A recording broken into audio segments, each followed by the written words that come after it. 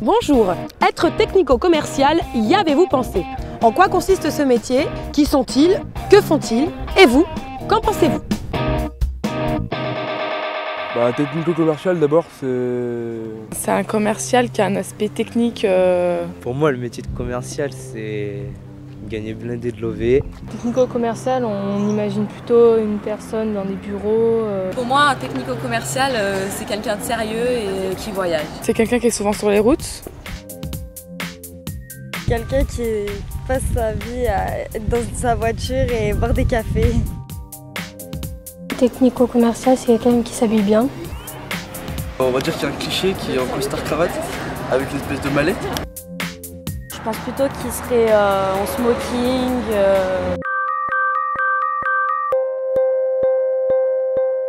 Comme vous le voyez, beaucoup d'a priori et des images parfois fausses. Nous avons rencontré 3 technico-commerciaux, découvrons-les. Bonjour, Jean-René, commercial de la société Cambé. Donc là aujourd'hui, voilà, petite interview, on va se rendre chez un de mes clients.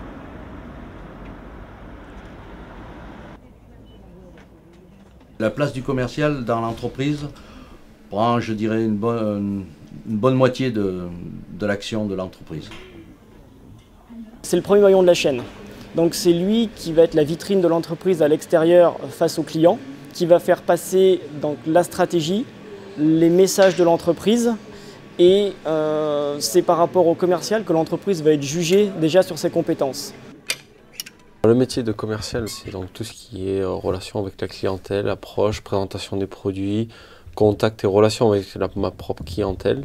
L'aspect le plus intéressant d'un métier, on va dire technico-commercial, pour moi, c'est la diversité des applications. Ça m'arrive régulièrement de me retrouver en salle blanche le matin et d'être sur des sites chimiques industriels l'après-midi avec le casque, les chaussures de sécurité.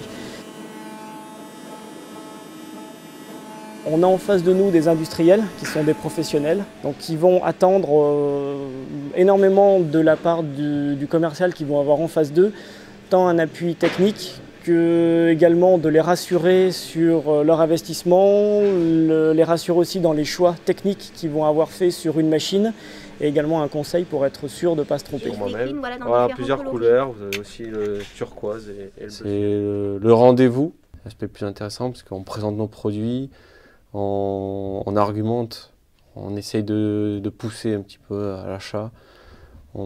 C'est vraiment le côté intéressant, c'est le côté contact avec les professionnels. On a souvent contact avec des directeurs de production ou des chefs d'atelier et également les patrons de PME. Et il va falloir être capable d'adopter un discours avec un vocabulaire différent pour chacun de nos interlocuteurs. La manche courte, c'est vrai que c'est... La clé du métier, ça va être une écoute du client. À la base, c'est bien comprendre le besoin qu'il a en termes de production. Le faire reformuler pour être sûr que nous, on est bien compris, on est bien saisi de sa problématique.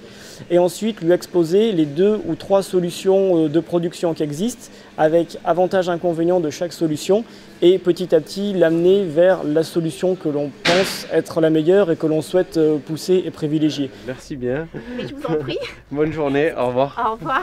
Il y a toujours des choses à faire et quand on n'est pas sur la route, il y a du relance téléphonique à gérer, il y a des prises de rendez-vous.